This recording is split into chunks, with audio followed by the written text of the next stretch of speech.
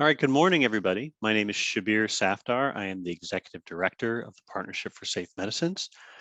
I am very glad to have you here today for our third Crime and Policy seminar.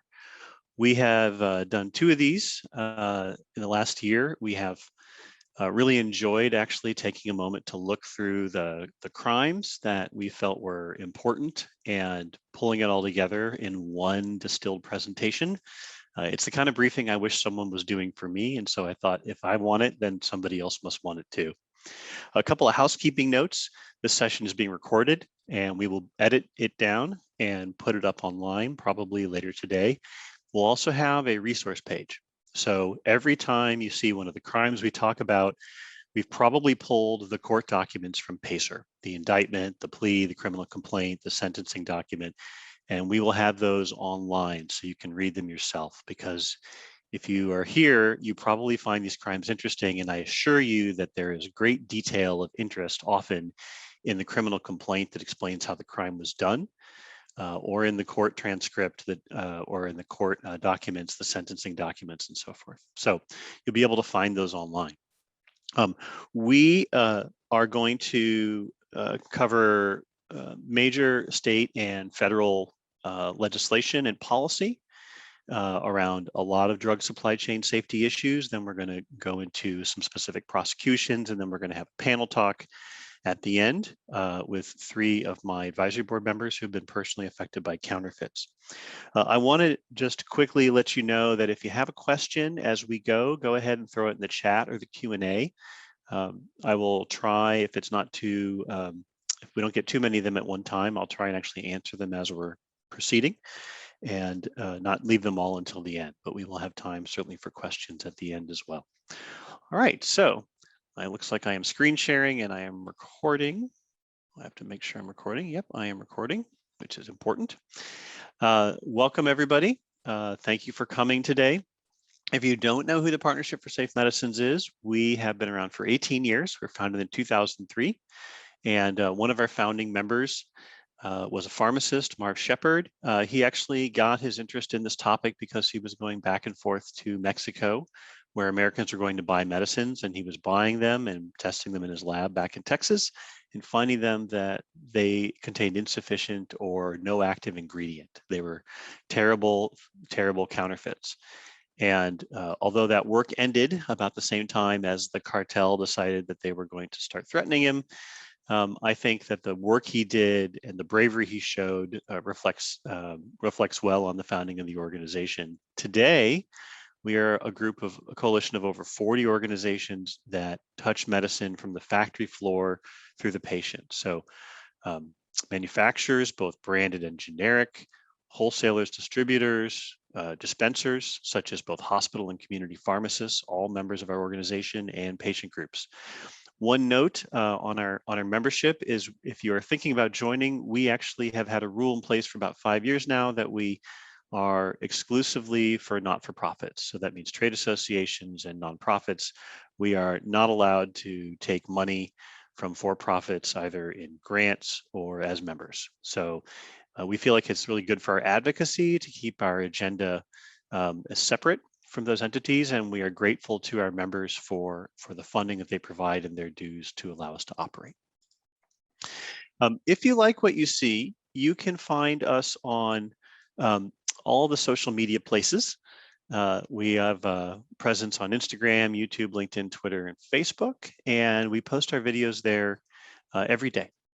Every week. So you'll see a new video from us every week, except for the next 2 weeks when we're going to take a little vacation time off and just promote the recording of this event. All right, so this year, let's start with policy. What do we look for this year in policy? We were looking for legislation or executive actions that touched on things like pill press regulation, the topic of drug-assisted homicide, which is an effort that victim families have been working on to try and get the drug dealers that sold pills that killed, fake pills with fentanyl that killed their family members, charged with murder instead of simply distribution. Obviously, counterfeit medicine. There was a lot of activity around foreign drug importation, mostly from Canada. And then medical tourism. both for pharmaceuticals and medical procedures. So those are the things that we were interested in. So let's start with the one that had the most bills, which is Canadian drug importation. So this is a topic that's been around since PSM's founding. It's been around actually since before that, around 2000. And what we saw this year in the state legislatures was 25 bills introduced in 17 states. For the most part, they were legislative proposals to promote Canadian drug importation, but 4 of them dealt with medicines from beyond Canada: California, Colorado, Oklahoma, and Oregon. And so far to date, many of the sessions are out, but we've seen legislation pass in North Dakota and Colorado, and then a number of states still have bills, and some of them are not viable, often because they failed a certain deadline that all legislation has to pass one chamber, or the actual chamber has broken for the year, since many state legislatures break about midpoint. So in North Dakota, the 2 bills that were introduced, one was an importation bill to set up a Canadian drug importation plan, and the other was a bill that became a study bill to study the topic, which I actually think is good, because this is one of those policies that when you do a deep dive into it, it doesn't make a lot of sense. So the study bill passed, but the bill to create an importation plan did not pass. In Colorado, they actually passed a bill to allow Canadian drug importation a while ago, and they've been working on it. And what they found as they went along was that the Canadians really are not happy. And so in order to try and salvage something of their plan, they passed a law this past year that allows them to import from any country in the world as long as they can get approval from the FDA. And there's actually literally no restrictions. You want drugs from Russia, El Salvador, Libya, Syria, like every country, as long as the FDA approves it, is allowed, which I think is a little nerve-wracking for someone who's into drug safety and sees the counterfeit problem in other parts of the world. But that was their choice, and they did pass that bill, and the governor signed it. I think I don't want to make a lot of assessments about where other legislation is. Obviously, I think a lot of states, even who have passed drug importation, are not seeing any kind of movement in the ability to buy drugs from Canada anytime soon. And so I think the excitement maybe is wearing off a little bit. If you are interested in this topic, you can follow our state legislative tracker that tracks importation bills on our website. It's under policy. If you go to our website, there's a nav bar across the top, and we, as often as possible, keep it updated with links to the last action on a bill and links to the text itself. And if they have online hearings, we actually have links to that as well. We also saw some legislation on medical tourism. There was a bill in Washington in 2020, and then this year one in Oregon. The Oregon bill was a study bill for Mexico and Canada, and importation as well. It passed the Senate, but not the House. And then also, for people who follow this topic, Utah has had a program where they've been sending state employees or state employee retirees who have high-cost prescription medicines to Mexico, they're met by a fixer at the airport who takes them to one of their pre-selected pharmacies to fill a prescription down there. That program is shifts a lot of risk onto the consumer who's going to another country with no recourse to buy a medication that is ripe for counterfeiting. And that was suspended due to the pandemic because of travel restrictions. And I don't believe that it is back in place now.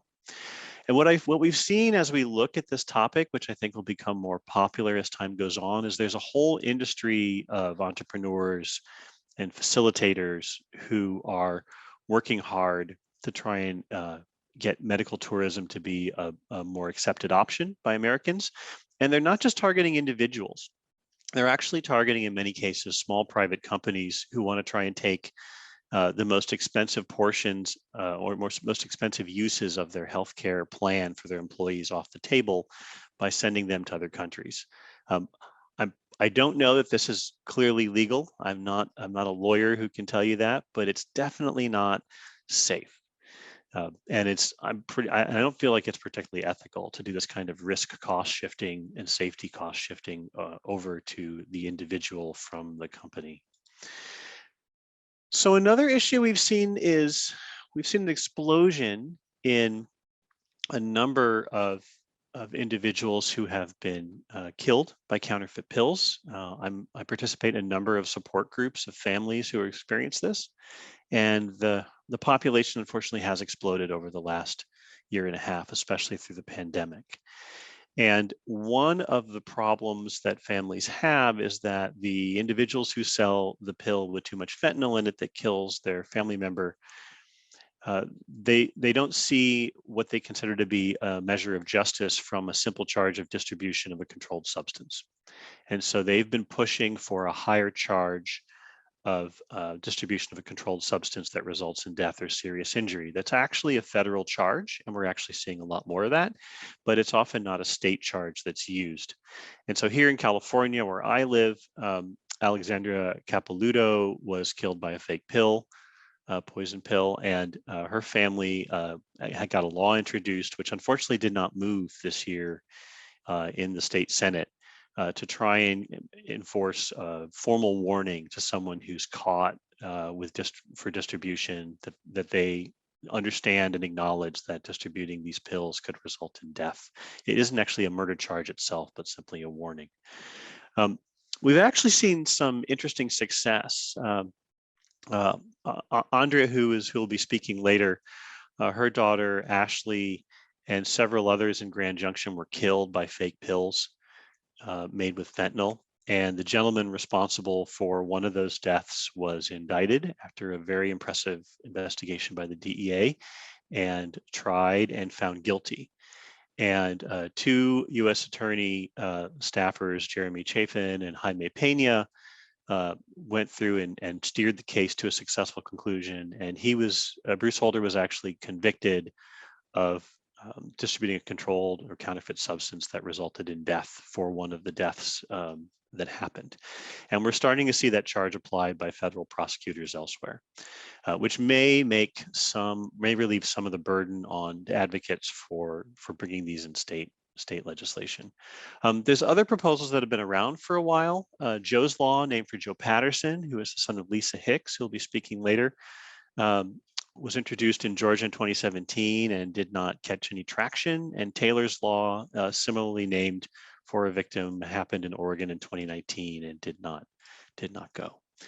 What we've seen, though, interestingly enough, is that a number of prosecutors and even the Attorney General in Oklahoma have been starting to file just simply murder charges against individuals. Oklahoma has had a spate of deaths, and it's the Attorney General, I believe, filed murder charges against a dealer in one of those cases. And then in Yolo County here in California, the DA just took it upon himself to now formally warn every individual that got convicted for distribution that they acknowledge that they could face future homicide charges if someone that they sell pills to down the line dies of a poisoning of too much fentanyl. And let me just continue on here. Other legislation we saw, we didn't see a single piece of legislation around pill presses anywhere in the country.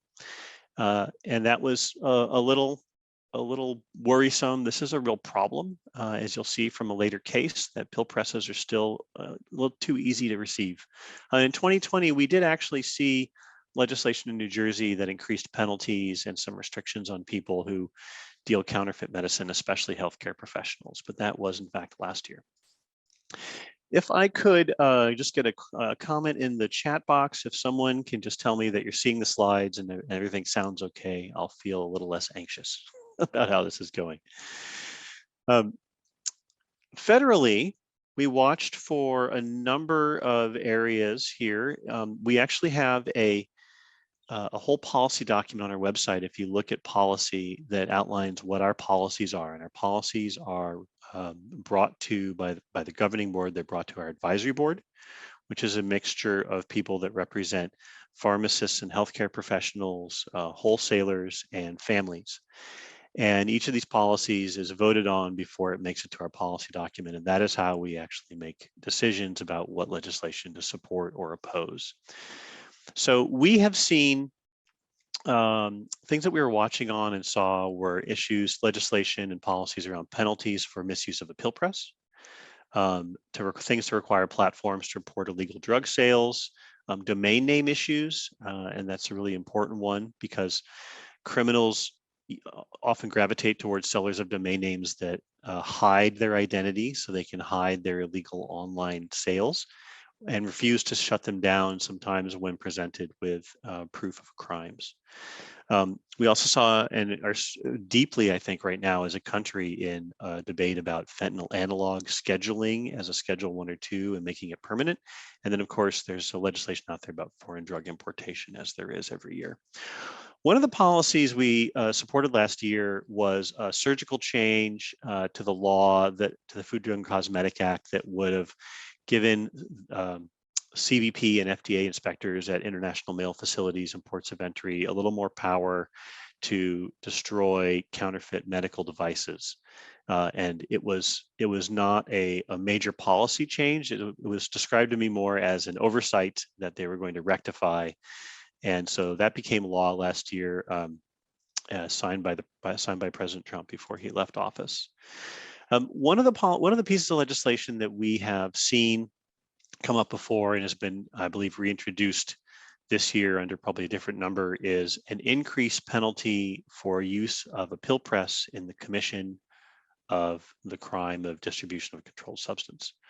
So this is a problem. You can't just make having a pill press a crime. There's a lot of people who use pill presses who are not doing the wrong thing. And you also can't, if you did, you couldn't get prosecutors to bring that charge, right? If you've got someone in jail waiting to be indicted in a holding cell and they've distributed a controlled substance and they also have a pill press, the prosecutor is going to go with the easiest to prove charge, which is going to be the distribution of a controlled substance, and that carries the biggest penalty. They're not going to do the other one. They're not going to do the illegal pill press possession. But what Representative Kustoff has done is created a piece of legislation at the suggestion of PSM and others to increase the penalty if you're convicted of distribution of a controlled substance if you had a pill press. It's sort of like how there's a penalty escalation if you rob a bank with a banana versus a gun. If you rob it with a firearm, then it has a higher penalty than if you robbed it with a banana. So that's a piece of legislation. It hasn't had a lot of traction yet, but of course, no one expected it to go anywhere in the first 12 months it was introduced, and it's still a pretty important policy topic, though. I can see a question in the chat about legislation about delivery companies such as FedEx and other mailing companies that monitor what their parcels contain. I haven't seen that specifically with regard to counterfeit medicines, although maybe I missed it, but I don't think so. We did actually have legislation to create electronic data interchange for international packages. And that, I believe, is in implementation, but is not going particularly fast. I will, however, ask the PSM staff to do a search on this topic for you and publish it on the resource page that we'll have at the end. So one of the policies that we support is requiring online marketplaces, search engines, social media to report illegal drug sales online. And this has been a real problem. And it's been a problem for many, many years. Folks who know a little bit about Section 230 know that there's a lot of leeway for these platforms to not have to do anything until someone brings them proof of a problem. And that has run right into a trend which is quite dangerous, which is that we are seeing now in 14 states over the last couple of years, young people meeting their drug dealers who are advertising fake pills and other fake medicine that they're selling through Snapchat, and then meeting up in person and selling them.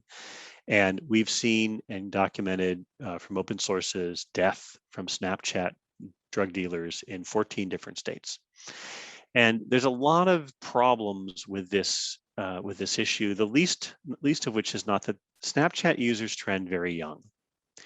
And so we're talking about people who are in an environment in which they are very young, their judgment is not yet fully developed, and there's not a burden of proactive screening that is done by social media companies like Snapchat to try and weed out this stuff as proactively as they should. I'm sure they're making some effort, but I don't think that it's enough, and it doesn't carry any kind of legal responsibility to do so. And obviously that is a great motivator to do a good job. Another policy that we have supported, but we're not seeing legislation yet, is legislation to fix a problem with domain names. It used to be that you could type in a domain name and it would tell you who you owned it unless they paid for a special privacy service. Or if you're an investigator or a journalist, you could download large quantities of information about who owned domain names, which is really useful if you're investigating what is a very typical thing for the National Association of Boards of Pharmacy, which is whole brigades or waves, armadas of domain names that are used in fake online pharmacies. Because when criminal entrepreneurs start a fake online pharmacy, they usually register hundreds, if not thousands, of domain names to have out there to try and take advantage of search engine optimization. The EU's privacy developments under GDPR actually shut down public access to seeing who owns domain names as a privacy cause, and that's put a real crimp in the ability of both law enforcement and individuals and journalists to be able to see who owns those domain names for public safety. And in fact, we'd like to have that fixed. Additionally, there's a couple of domain name sellers who have been favored by criminals, who, even when law enforcement brings them proof of crime, they sometimes don't turn off the domain name, allowing them to continue doing that crime. And there needs to be some tighter standards around behavior in this space. And we support the Coalition for a Secure and Transparent Internet in bringing some of that change in policy. One of the other things we're seeing federally, and this is a pretty active conversation right now, is the permanent scheduling of fentanyl analogs.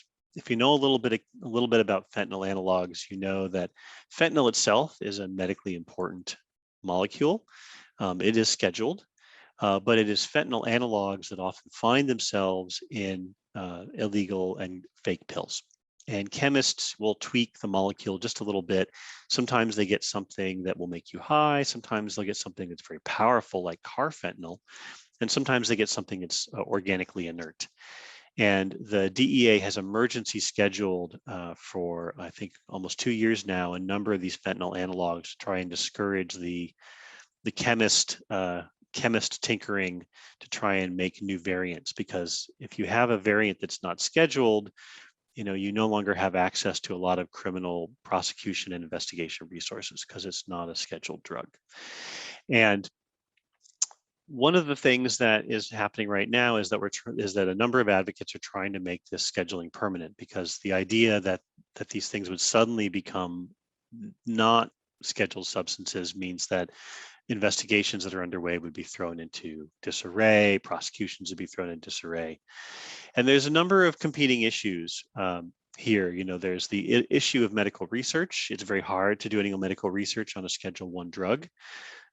There's people advocating for criminal justice reform that think that there shouldn't be such penalties for distribution of controlled substance. But then there's also on the other side other issues that I think need to be heard as well. We're in the middle of an epidemic. The fentanyl and fentanyl analog epidemic is not getting any better. It's gotten so much worse throughout the pandemic. And justice for victim families is quite important. It's one thing to say, I think that there should be less prosecution of individuals because it falls disproportionately on minority populations, and I acknowledge and agree with that. At the same time, when you've got a family that has lost a family member, taking a tool away from the prosecutor to mete out justice to the person who was responsible for their murder is also not the right answer. So there's a debate happening here. It's been kicked into the fall, where the next fentanyl analog scheduling expires. And at that point, hopefully by that point, we'll have a bill that has a little bit of buy-in from a critical mass. In the area of policies we oppose, obviously, we have a long history of opposing Canadian foreign drug importation. Right now, at the federal level, 2 states, Florida and New Mexico, have submitted plans and asked permission from HHS to run their programs. New Mexico appears to be just waiting. Florida has a very active program, and one state is working actively on developing their program, that's Colorado. And the other states that have passed legislation in this space seem to be sitting and waiting. They're not exactly sure what they're going to do, and I think they probably want to see if Florida gets approved and then copy their application. As a side note, PSM, along with Pharma and the Council for Affordable Health Coverage, all actually filed suit against HHS late last year because we have some concerns about safety and process related to the foreign drug importation federal rules that were put in place under the Trump administration. And since I'm a plaintiff, I can't talk anymore about that, but you can read the documents for the court case on our website. So right now, we've seen these two states that are working on this issue moving forward spend a decent amount of money on it without anything so far to show for it.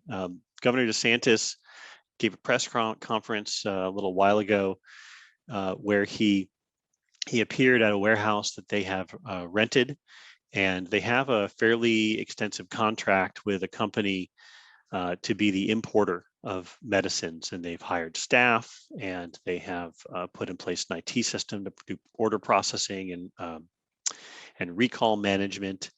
And so far, they spent about $9 million on a big empty warehouse.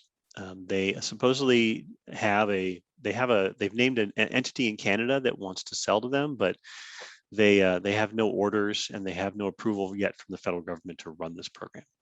And in Colorado, they've actually been working hard on developing a program for a couple of years now. They spent about $2 million that they allocated for it to this program. And it's unfortunate that they did that because Canada was pretty clear that they were not going to allow mass exports out of Canada. And yet they won't get those $2 million back. I know they're trying to recoup this by importing from other countries, but if Canada says no, it's unlikely you're going to get another country to say yes. All right, so that is policy. I want to talk a little bit about some of the crime that we've seen this year. And it's not every single counterfeit crime we've seen, but it's a number of them that we thought were interesting and brought up a lot of issues, as well as some criminal trends. Really quickly, I just want to touch on the fact that the fentanyl problem is absolutely not going anywhere. This is the CDC's drug-related death data, and I believe it's pulled specifically from death certificates. So toxicology, which often appears on death certificates, ends up here. The data that CDC, and I talked to them about this, the data CDC collects doesn't tell you whether or not the fentanyl an individual had in their system or fentanyl analog arrived in their system in pill form, or if it was mixed in with an illicit drug like heroin. So this is all death from all fentanyl in the U.S. over the last rolling 12 months. And as you can see, it has not been good through the pandemic to us. It has just continued to rise just as high as the opioid crisis has as well. What we're seeing now and have seen for a while now is significant pollution of the illicit drug supply with fentanyl. We haven't seen it in cannabis, but we have seen it in cocaine, heroin, and methamphetamine.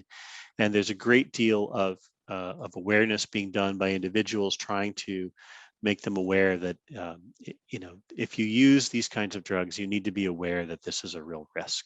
Don't use them by yourself, and if you have test strips, to use them and carry Narcan. But it's really just quite a bad development.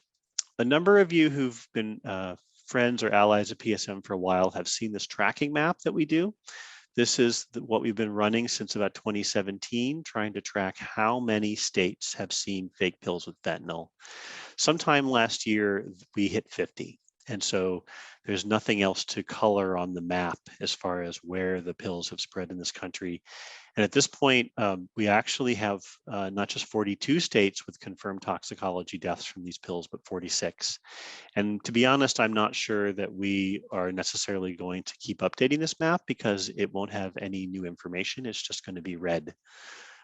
We have seen, however, a number of new issues where we've seen some new substances being made into pills. And there are many, many, many substances like this coming out. We don't necessarily track all molecules that are made into pills as part of our work, but the counterfeiters are staying innovative and trying to change up what they do. Obviously, always looking for something that will make people high but isn't scheduled. But sometimes, if they can't find that, they're happy to look for something that's just cheap. So we've seen a great deal of concern and activism around the issue of Snapchat. There were just a protest at Snapchat headquarters just about a month ago. And one of the cases that we have paid attention to is a young man whose mom, I believe, is on this call with us, Alexander Neville, who was killed by a Snapchat drug dealer. And I think that you're seeing a lot of activism from parents of these young people who were exposed through a social media platform to drug dealing that shouldn't have been. A trend that I think I would say is giving me some of the most concern is that we did a survey of where the DEA and law enforcement had found counterfeit Adderall last October. So just not even 10 months ago, and it was in 7 states. And as of about a month and a half ago, it's grown to 18 states. And so that is extremely fast. And while you're not likely to fall over dead from taking a fake Adderall pill with methamphetamine, it's definitely not healthy. And it's definitely not a good thing that these pills have spread so fast and are spreading so far throughout the country. I think that it's not unreasonable that in 18 months, this map will also be red with full coverage of fake pills made with methamphetamine. So if you follow law enforcement actions, the one thing that happens every year that you can depend upon is Operation Pangea. Interpol coordinates in this year 92 different countries law enforcement to do a really big 8-day push to try and find as much counterfeit product as possible that's being shipped and as many counterfeit sellers online and take them offline. And obviously, an 8-day operation, while it's important, is not going to solve the problem, which the OECD estimated back in 2016 is about a $4.4 billion a year sales problem in terms of what's traded. But they did actually seize quite a lot of counterfeit product this year, 9 million pieces. Half of those were all counterfeit COVID-19 test kits, which is really, really scary. A lot of people are making decisions based upon the results of these tests.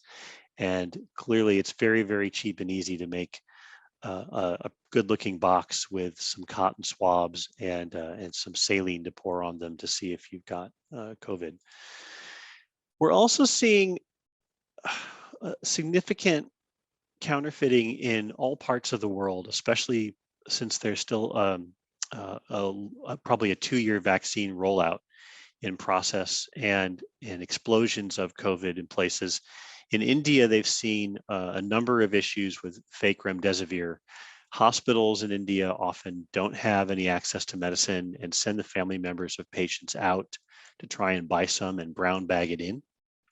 And that's obviously not safe in any healthcare context, but obviously people are desperate. And so there's been counterfeit remdesivir circulating in India, so prevalent that an Indian publication actually has been running real and fake photos to try and help people figure this out. We're still seeing counterfeit masks, and the FDA is still very concerned about counterfeit hand sanitizer with methanol. And I think that these problems, because of the increased demand for things like masks and PPE, are going to happen probably for several years to come. I don't think that problem is going to go away. So here's some really interesting prosecutions we thought that we wanted to bring up to you. The first of which is a gentleman named Stefen Knoche. Stefen was basically a reshipper. A foreign entity, a gentleman named Alex, would ship him items and then have him repackage them and send them on in the U.S. Post. And often he wasn't even really in the business of opening up the packages. He just got a box of smaller packages and then he took each one and addressed it or postaged it and then sent it along to where it was going. Knoche was caught, and he was selling at first, cell phone accessories, and then, counterfeit Viagra, Xanax, Valium, and other products that he shouldn't have been selling or shouldn't have been shipping around.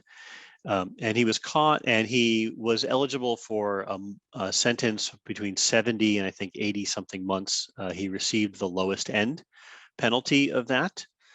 He did his plea bargain on April 15th, and he has significant health and financial issues. I don't think that the $3.6 million restitution that was part of that is ever going to be collected probably by the government, but that was the sentence in the plea bargain.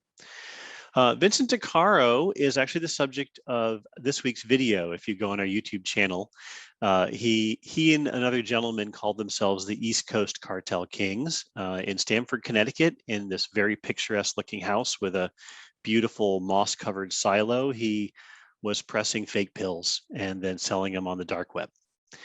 The interesting thing, there's a couple interesting factors in this case. The first of which is that his group bought tablet presses from LFA tablet presses. I think they all bought them from Texas legally by claiming that they were a supplement company.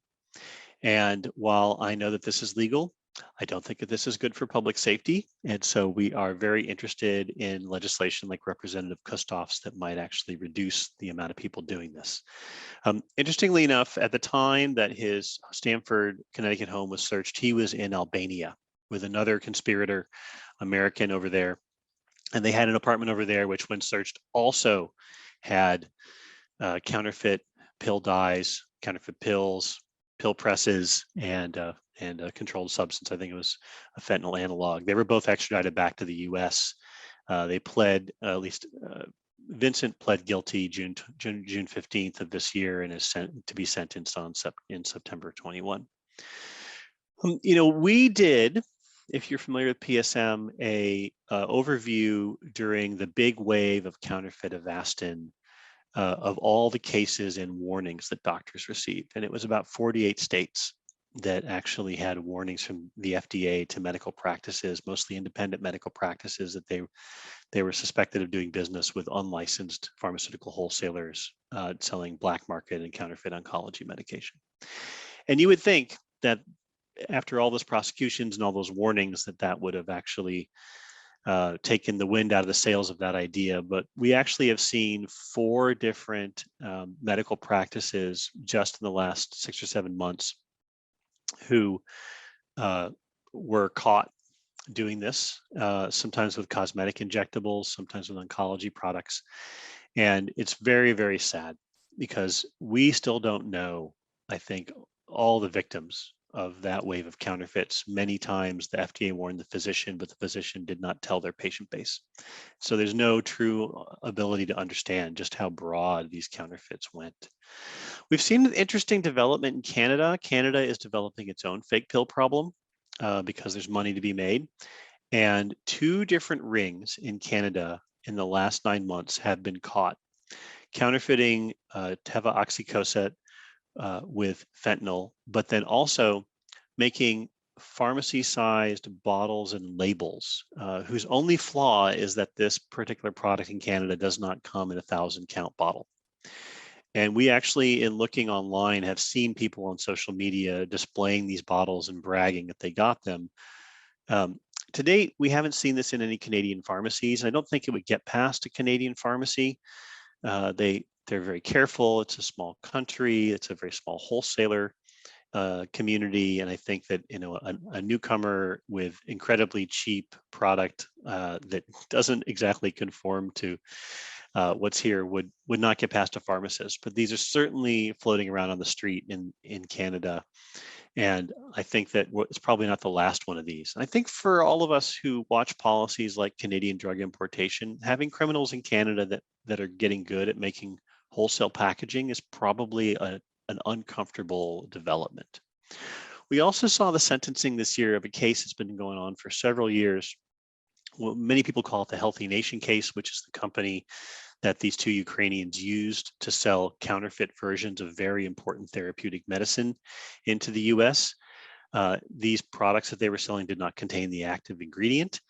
And what's interesting is that there's no extradition treaty with the Ukraine. And so these gentlemen had to be lured by ICE undercover agents to the U.S. for a meeting, at which point they were arrested and taken into custody. They pled guilty and they got some allowances in their sentencing for not making the government go through a big expensive trial. They were sentenced in March and got 71 and 33 month sentences each. We could find no evidence of any kind of fine or restitution in there, so I think that was waived. And I believe that they are scheduled for deportation at the end of their time as guests of the U.S. prison system. Interestingly enough, those who follow counterfeits remember that there was counterfeit Eclusig found in a Swiss wholesaler a couple of years ago, and no arrests were made in that case. Well, when these gentlemen were arrested in Texas and taken into custody, amongst their belongings was counterfeit packaging for Eclusig. And so while they weren't charged with it, it's a little bit more of a look into where that might have been coming from. One of the most interesting cases, and I think will be looked at least by policy nerds in this space as a seminal case, was the prosecution of Bruce Holder in Grand Junction, Colorado, and related to Ashley Romero's death. This was the first time I noticed, and maybe it's happened a lot and I haven't noticed, but this is the first time I noticed federal prosecutors in recent times using the distribution of a counterfeit controlled substance resulting in death against a defendant, and it stuck. Actually, there was actually two charges. One of distribution of a counterfeit controlled substance that resulted in great serious injury, and he was found not guilty on that. And then one for resulting in death, and he was found guilty of that. There's other co-defendants in this case, and they are still awaiting the completion of their legal action, but he will be sentenced sometime, we think, in the fall. And that's actually quite a good development for public safety in Colorado. It was quite a large ring that was bringing back quite a lot of product into the country from Mexico. So there's some other prosecutions we think are interesting, but there's not really time to go into them. But I just want to mention them. And you'll find all of the PACER, all the federal court documents for this on our website. Gentlemen running, selling fake fentanyl pills out of local grocery stores in Connecticut. A woman who tried to flee the country after injecting actual silicone, like Home Depot grade silicone, into a person and charging her for it as a cosmetic procedure. Obviously, that travels, to the heart and lungs and will kill you. And then this gentleman who you see on the right, who created his own COVID-19 vaccine and was having people pay him up to $400 to inject them with it. The FDA's Office of Criminal Investigation did a very good job at removing him from the public sphere. I want to take a moment now and ask my colleagues and advisors, Rick, Lisa, and Andrea, to take a moment and turn on your cameras and turn on your microphones, and let's talk a little bit about where you see the counterfeit world going, since you've had a lot of time to take a look at it. And I'm going to proceed starting with Rick. Before anyone else, Rick is the person with, I think, the longest view of counterfeits, having received his counterfeit and survived two different instances of a counterfeit and survived it back in 2000. And here to talk about it, I think there's very few people with the kind of long time perspective as Rick does. So Rick, good morning and thank you for joining us today. Good morning, Shabbir, and thanks for taking us through that. I even as a person who tries to stay on top of this, it's always really informative with your summaries to get all of this information in one place.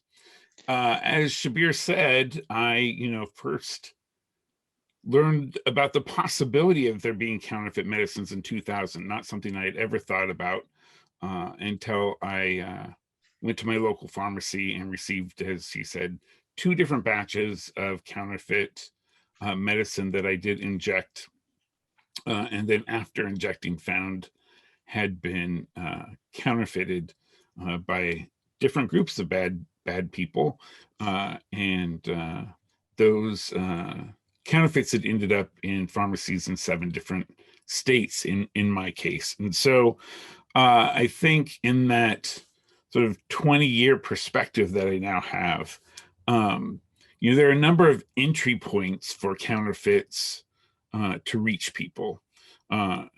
And in terms of changes over time, I think it's been really positive that there have been so many changes at the state level by boards of pharmacy and state legislatures, and at the federal level to really tighten up the distribution chain, which was, in my case, the issue. And I think early on what we saw were people in the pharmaceutical distribution chain being able to introduce counterfeits. And I think there's been a lot of progress made over the 20 years of tightening that distribution chain. And so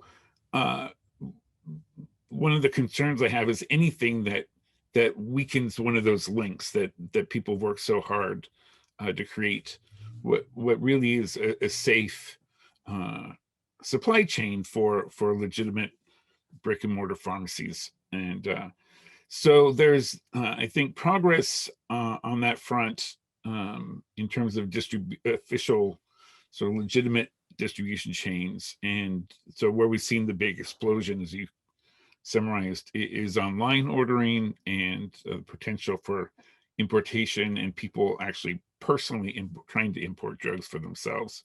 And so I think that's the area to continue working on. And as a reminder that, we focus a lot on deaths because it's tragic, but anyone who receives a counterfeit potentially isn't one receiving an accurate dose of the medication they need and receiving something potentially dangerous, right? So there's these 2 factors that happen even when someone isn't killed by the counterfeit, that there is still potential damage, right? We found, I think one of those questions early on was about the heavy metals.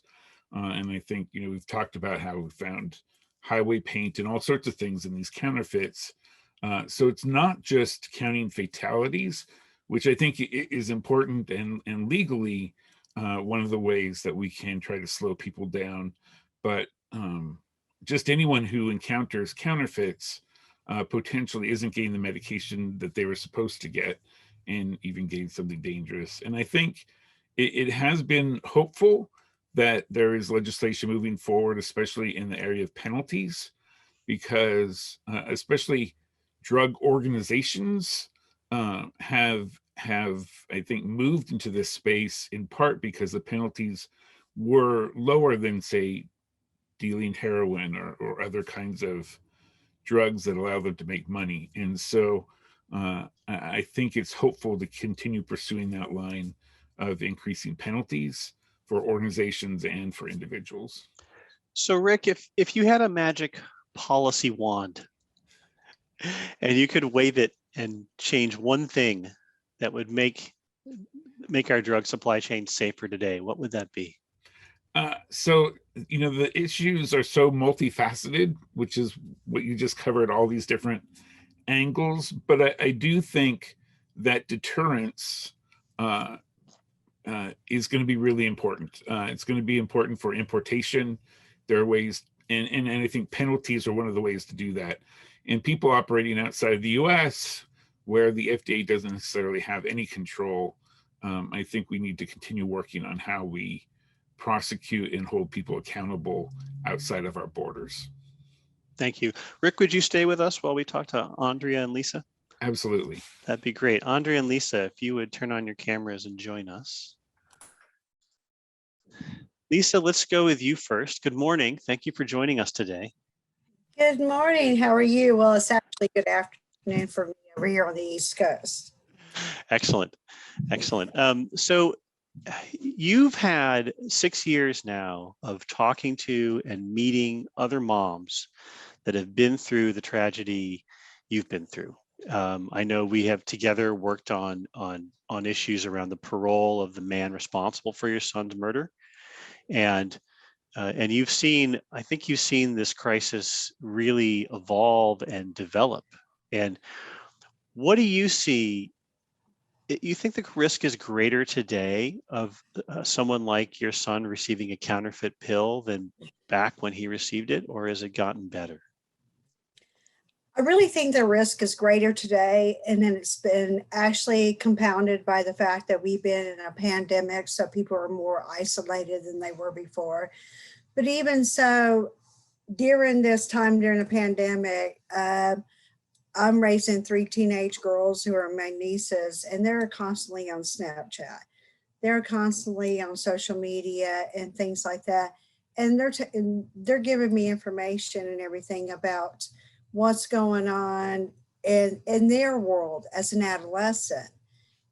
And I while I was hoping that the situation would decrease, but unfortunately, with the pandemic and with different social issues and with isolation, I've actually seen it increase, and that's been very unfortunate.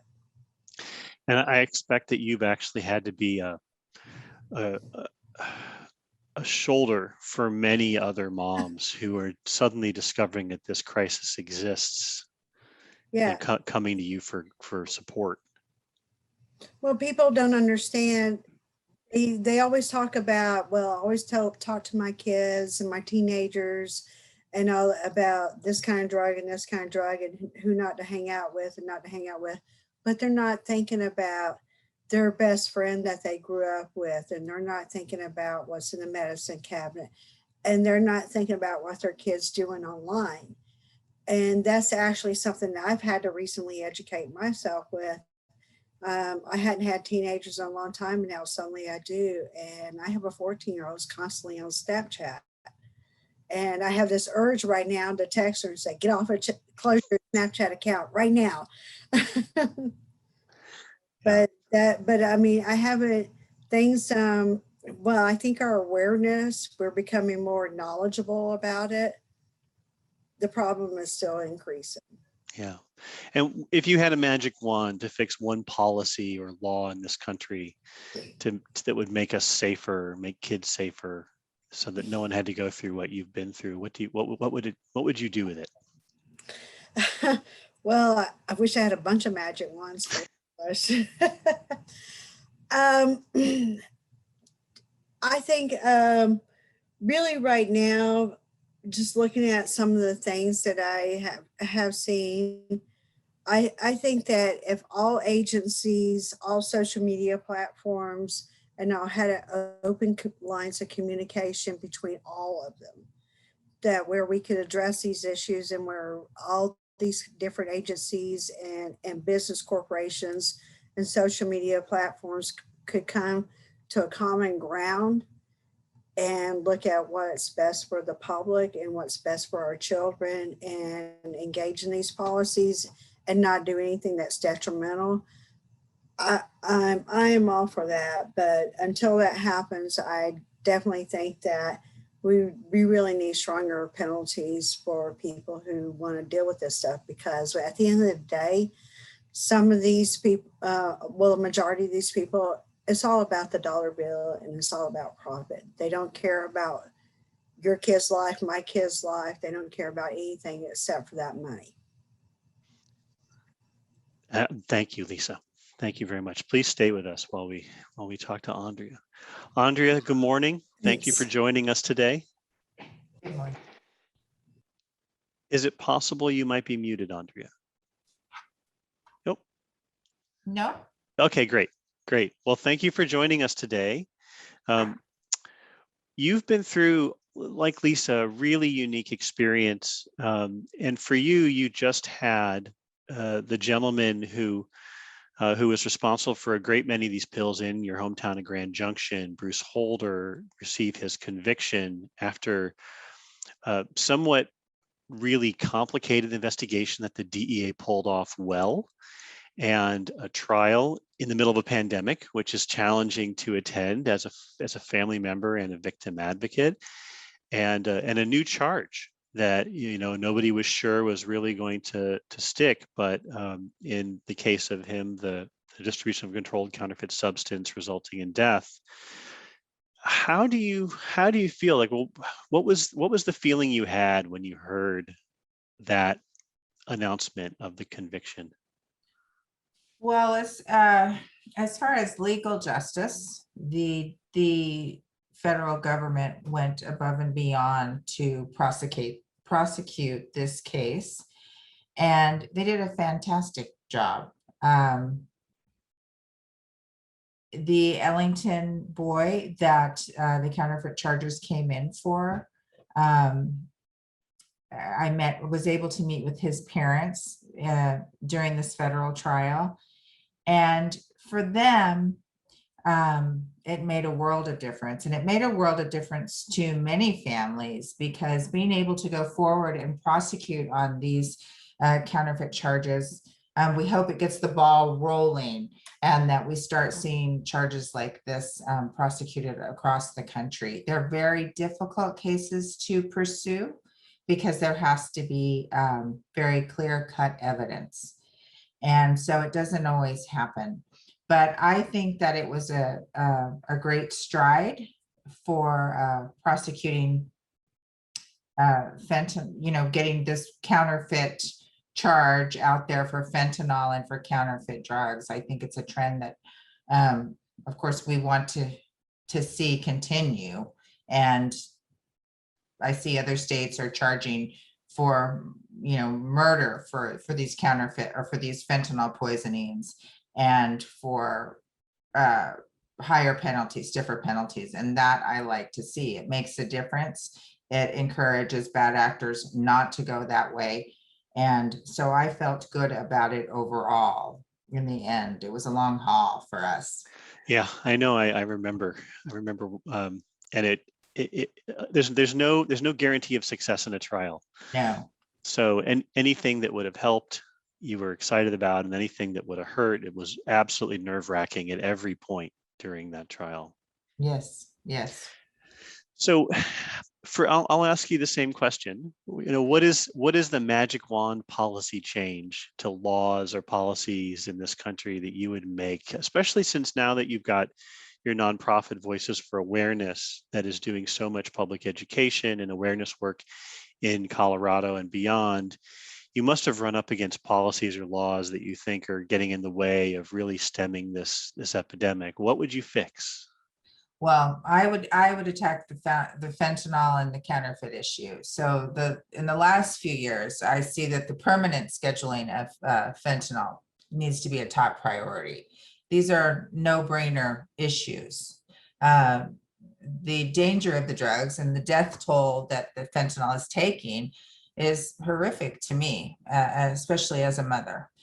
The distribution of fentanyl and counterfeits laced with fentanyl should have been addressed and dealt with already, in my opinion. So it seems if we're in a holding period right now, and I think that would be, if I could wave a magic wand, I would want to address the fentanyl scheduling. I feel that it's almost it can be a drug of mass destruction. And in today and over the last months, with the border issues that we have and fentanyl flooding in, it's a substantial problem to us in the United States. The seizures are in large amounts, and the contraband that's being reported at the border daily is growing.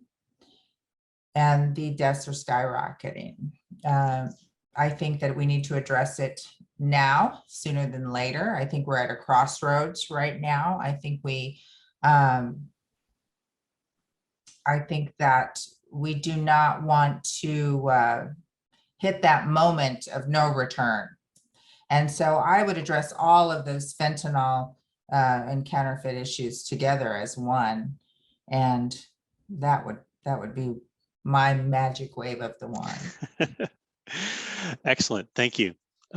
So we have one question and a comment in the chat. Go ahead, if you have other questions, go ahead and throw them in the chat. But I'm going to go ahead and answer this one.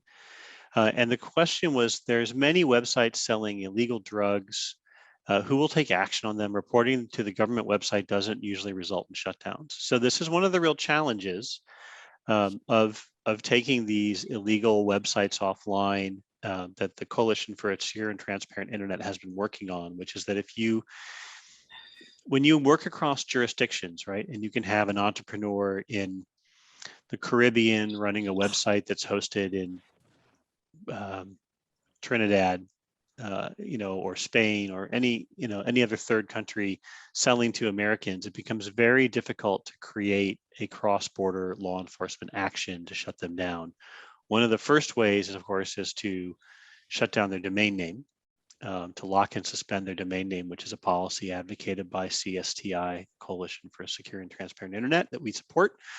Another one, of course, is then to go through the process of bringing law enforcement actions and indictments against those individuals. Of course, there's a question of nexus of where the crime is actually happening. Is it where the individual sits? Is it where the website's hosted? Or is it in the country in which they're shipping product to? And just working that out can sometimes be the thing that absolutely kills the entire prosecution. So the answer is I don't have a good answer.